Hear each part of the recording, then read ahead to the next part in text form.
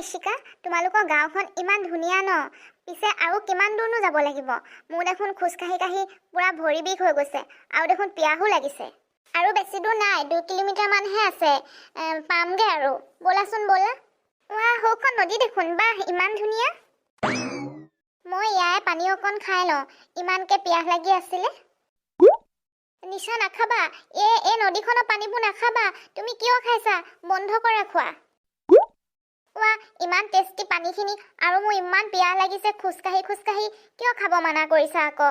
আহা তুমিও খাই লোৱা, তোমাৰো পিয়াহটো পলাব। হে ভগৱান, নিশা তুমি এইবিলাক কি কৰিলা? চব দেখোন সৰ্বনাশ কৰি দিলা। বাৰু যি হ'ল হ'ল, তুমি এতিয়া ব'লা মোৰ লগত। কিন্তু ক'ত? আহাচোন আহা। কিন্তু খুৰী, আপুনি মোক টানি আজুৰি এনেকে ক'ত লৈ গৈ আছে? তোমাক মই আমাৰ গাঁওবুঢ়াৰ ওচৰলৈ লৈ গৈ আছো। সেই নহয় বজেন কাইদেউ, এটা বৰ ডাঙৰ সৰ্বনাশ হ'ল। এই ছোৱালীজনীয়ে আমাৰ এই গাঁওখনৰ এই অভিশপ্ত নদীখনৰ পানী এটোপা খালে নহয়। এতিয়া কি হ'ব বাৰু? এই ছোৱালীজনীও দেখোন ৰাক্ষসী হৈ যাব, আৰু আমাৰ গাঁওখনৰো দেখোন বিপদ আহিব। গোটেই গাঁওখন দেখোন মহামাৰীয়ে লণ্ডভণ্ড কৰি দিব। মইনো কি দিহা পৰামৰ্শ দিম তহঁতক? আমাৰ দেখোন পূৰ্বপুৰুষসকলে কৈয়ে গৈছে, কোনোবা ছোৱালীয়ে যদি এইখন নদী পানী খায়, তেনেহ'লে তাইক এটা ভেড়াৰ লগত বিয়া দিব লাগিব। তেতিয়াহে তাই ৰাক্ষসী হোৱাৰ পৰা মুক্তি পাব, আৰু আমাৰ গাঁওখনো বাচিব বিপদৰ পৰা। তহঁতে এতিয়া কথা বহাই লাভ নাই। তহঁতি যা, গৈ পিনি ক'ৰবাৰ পৰা এটা ভেড়া বিচাৰি আন। ঐ কটীয়া তহঁত দুটা যাচোন এতিয়া, এটা ভেড়া বিচাৰগে। হ'ব ককাইদেউ, আপোনাৰ যি আজ্ঞা আৰু। ইমানকে বিচাৰি ফুৰিছো, ভেড়া এটা দেখোন মিলা নাই। এই মানুহখন ইমান ৰাক্ষস হৈছে নে কি এনে জানো, ভেড়াকো খাবলৈ দেখোন এৰা নাই। কটীয়া ব'লচোন ব'ল, মনটো সৰু নকৰিবি, আৰু অলপ বিচাৰো, পাম ক'ৰবাত নহয় ক'ৰবাত। ব'ল বিচাৰিতো নিবই লাগিব। এই ছোৱালীজনীয়েনো ক'ৰ পৰা আহি পিনি সৰ্বনাশখন গোটালেহে। আপোনালোকে এইবিলাক কি নাটক কৰি আছে হয়? তেতিয়াৰে পৰা বন্ধ কৰক এইবোৰ চব। তেতিয়াৰে পৰা আপোনালোকে এটাৰ পিছত এটা কথা কৈ গৈয়ে আছে, আৰু এতিয়া মোক ছাগলীৰ লগত বিয়া দিবনে কি? মইনো কি ভুল কৰিলো আপোনালোকে যে এনেকুৱা কৰিছে? আৰে ইমান দূৰ খোজকাঢ়ি অহাৰ কাৰণে ইমান পিয়াহ লাগিছিলে, সেইবাবেহে মই নদীখনৰ পৰা পানী অকণমান খালোঁ। এতিয়া সেইটোতেনো আপোনালোকে কি তিলকে কৰি তালটো কৰি আছে? মোক যে এনেকৈ ধৰি ৰাখি থৈ দিছে। আপোনালোকে এৰি দিয়ক মোক, মই মোৰ নিজৰ গাঁৱলৈ ঘূৰি যাওঁ। আপোনালোকৰ এইখন গাঁৱলৈ আৰু মই কেতিয়াও নাহোঁ। হ'ব, তুমি এতিয়া মনে মনে থাকা। তুমি আমাৰ এই অভিশপ্ত নদীখনৰ পানী খাই বহুত বেয়া কাম কৰিলা, আৰু এতিয়া তুমি ডাঙৰ ডাঙৰ কথা ক'ব নাহিবা। তোমাক আমি ভেড়াৰ লগত বিয়া দিম, তেতিয়াহে আমাৰ গাঁওখন ৰক্ষা পৰিব। ভেড়া আহি গ'ল, এতিয়াহে মই শান্তি পাইছোঁ দেই। আমাৰ গাঁওখনো এতিয়া বিপদৰ পৰা ৰক্ষা পৰিব। এই বিয়া দিয়াৰহে কথা আৰু এতিয়া। এই সোনকালে বিয়াখন দি নিজৰ গাঁৱলৈ ঘূৰাই পঠিয়াই দিওঁ।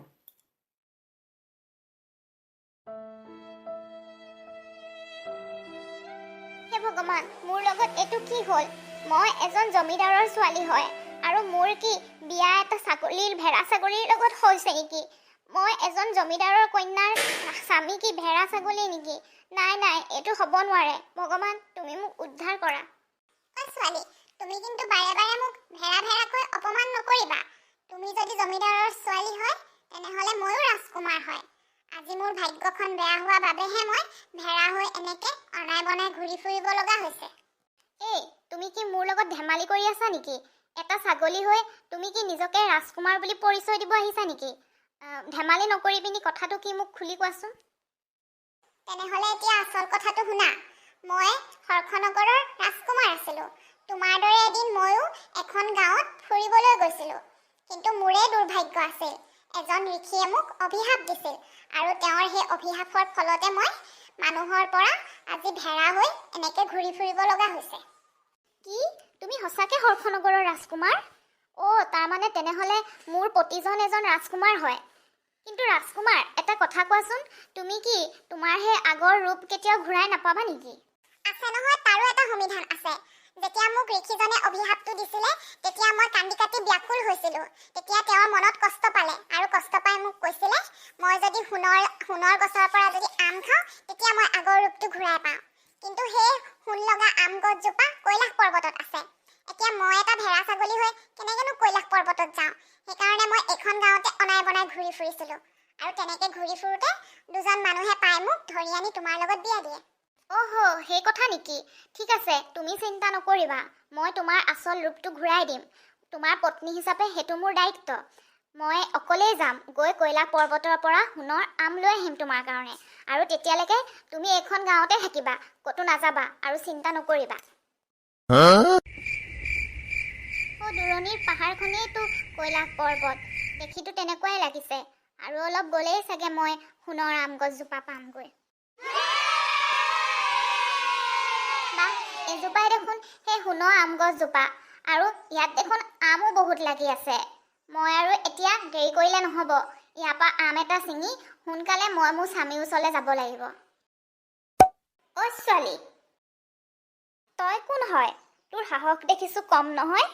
মোৰ অনুমতি নোলোৱাকৈ তই যে আম ছিঙিব লৈছ। মোৰ গাত কিমান যাদুৰ শক্তি আছে তই জাননে নাজান? ইচ্ছা গ'লে মই তোৰ হাত ভৰি ভাঙি গুড়া কৰি দিব পাৰোঁ। মোৰ ভুল হৈ গ'ল, তুমি মোক ক্ষমা কৰি দিবা। মই বুজি পোৱা নাছিলোঁ। আচলতে তোমাৰ গাৰ এটা আম মোক খুব প্ৰয়োজন হৈছিলে। তুমি মোক এটা আম দিবা নেকি? ঠিক আছে, মই তোক আম দিব পাৰোঁ, কিন্তু মোৰ এটা চৰ্ত আছে। যদি তই সেই চৰ্তটো মান, তেতিয়াহে মই তোক দিম নে নিদিম সিদ্ধান্ত ল'ম। নহ'লে মই কি এনেই মোৰ আম দি দিম নেকি তোক? অঁ হ'ব, ঠিক আছে। মই মোৰ নিজৰ স্বামীৰ আগৰ ৰূপ ঘূৰাই পোৱাবলৈ যিকোনো চৰ্ত মানিবলৈ সাজু আছোঁ। কোৱা, মই কি কৰিব লাগিব? প্ৰথমতে তই মোৰ আশে পাশে থকা জাবৰ জোঁথৰবোৰ পৰিষ্কাৰ কৰি দে। তাৰ পাছত মোৰ গুৰিত পানী দি মোক তিক্ত কৰিব লাগিব। তাৰ পিছতহে মই সিদ্ধান্ত ল'ম যে তোক আম দিব পাৰি নে নোৱাৰি। হ'ব হ'ব, ঠিক আছে, মই এতিয়াই সকলোবোৰ কৰি দিম।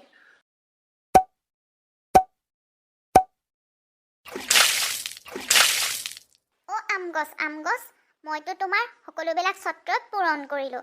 এতিয়া তুমি মোক অনুগ্ৰহ কৰি এটা আম দিয়া। কি, তইতো মোৰ মাত্ৰ দুটাহে চৰ্ত পূৰণ কৰিছ?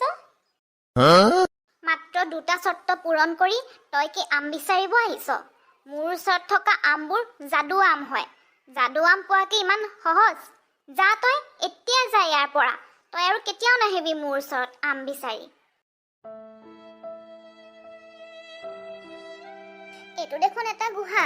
ভিতৰত সোমাই যাওঁচোন, কিনো আছে চাওঁগে।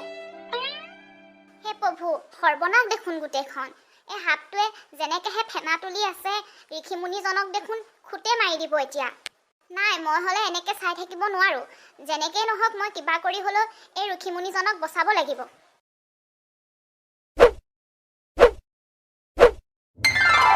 মাজনী, আজি সাপৰ মুখৰ পৰা মই বৰ ভাগ্যক্ৰমে বাচিলোঁ। আগতেও বহুতবাৰ মোক সাপে দংশন কৰিবলৈ চেষ্টা কৰিছিল, কিন্তু প্ৰত্যেকবাৰে মই ভাগ্যক্ৰমত বাচি গৈছিলোঁ। আৰু আজি তুমি মোক মৃত্যুৰ মুখৰ পৰা বচালা। গতিকে কোৱা মাজনী, তোমাক মই কেনেকৈ সহায় কৰিব পাৰোঁ? আপোনাৰ পৰা মইনো আৰু কি বিচাৰিম? মোক বেলেগ একো নালাগে। মই মাত্ৰ সোণৰ আম গছৰ পৰা এটা আম নিবলৈহে ইয়ালৈ আহিছিলোঁ। ইমান কষ্ট কৰি মেলি আহিলোঁ আৰু কষ্টও কৰিলোঁ। তাৰপিছতো মোক আম গছজোপাই এটা আম নিদিলে, বৰঞ্চ অহংকাৰ দেখুৱাই মোক গালি শপনি পাৰি খেদিহে দিলে। আপোনাৰ পৰা মোক একো নালাগে। কি, তোমাক সোণৰ আম গছে এটাও আম নিদিলে, বৰং গালি দি পঠাই দিলে? ইমান অহংকাৰ বাঢ়িলেনে তাৰ? ব'লাচোন ব'লা, মই গৈ পিনি আজি আম গছজোপাক উচিত শিক্ষা দিম। ঐ অহংকাৰী আম গছ, মই তোক যাদুৰ শক্তি দিছিলোঁ যাতে তই মানুহক সহায় কৰিব পাৰ, কিন্তু তই দেখিছোঁ মানুহক অপমান কৰি পঠাই দিছ। ইমান সাহস হৈছেনে তোৰ? নহয় ঋষি বাবা, মোৰ ভুল হৈ গ'ল। মোক ক্ষমা কৰি দিবা।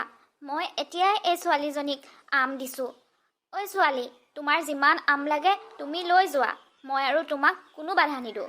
নহয় নহয়, তোৰ মতিগতি দেখি মোৰ যি অনুভৱ হৈছে, তই বহুত বেছি অহংকাৰী হৈ গৈছ, আৰু সহজে তই তোৰ এই অহংকাৰটো এৰিব নোৱাৰিবি। গতিকে মই তোক যি যাদুৰ শক্তি দিছিলোঁ, সেই গোটেই শক্তি কাঢ়ি নিম। ইয়াৰ পিছৰ পৰা আৰু তোৰ কোনো শক্তি নাথাকিব। এয়াই তোৰ শাস্তি। কিন্তু মই যে সোণৰ আম গছৰ পৰা এটা আম নিবলৈ আহিছিলোঁ, মোৰ স্বামীক সুস্থ কৰি তুলিবলৈ। আমটো যদি নিনো, তেনেহ'লেতো মোৰ স্বামী সুস্থ নহ'ব। ঠিক আছে, তুমি এটা আম লৈ লোৱা। তাৰপিছত মই তাৰ যাদু শক্তি গোটেইটো কাঢ়ি লৈ ল'ম। ধন্যবাদ সাধু বাবা, আপোনাৰ কাৰণে মই মোৰ স্বামীৰ আগৰ ৰূপ ঘূৰাই পাম এতিয়া। মোক আশীৰ্বাদ কৰিব। মই এতিয়া আহোঁ। নিশ্চয় মাজনী, তথাস্তু। হৰ্ষ ৰাজ্যৰ ৰাজকুমাৰ, এয়া চোৱা, তোমাৰ কাৰণে মই সোণৰ আম আনিছো। এতিয়া এইটো তুমি খাই লোৱা। ধন্যবাদ সদাগৰ কন্যা। তোমাক পত্নী হিচাপে পাই মই খুবেই সুখী আৰু সন্তুষ্ট। তোমাৰ বাবেইতো মই আজি মোৰ আগৰ ৰূপটো ঘূৰাই পালো। ব'লা এতিয়া তোমাক লৈ মই মোৰ নিজৰ ৰাজ্যলৈ যাওঁ আৰু তাত গৈ মহা ধুমধামেৰে বিয়াখন পাতি মোৰ ৰাজ অভিষেক কৰিম।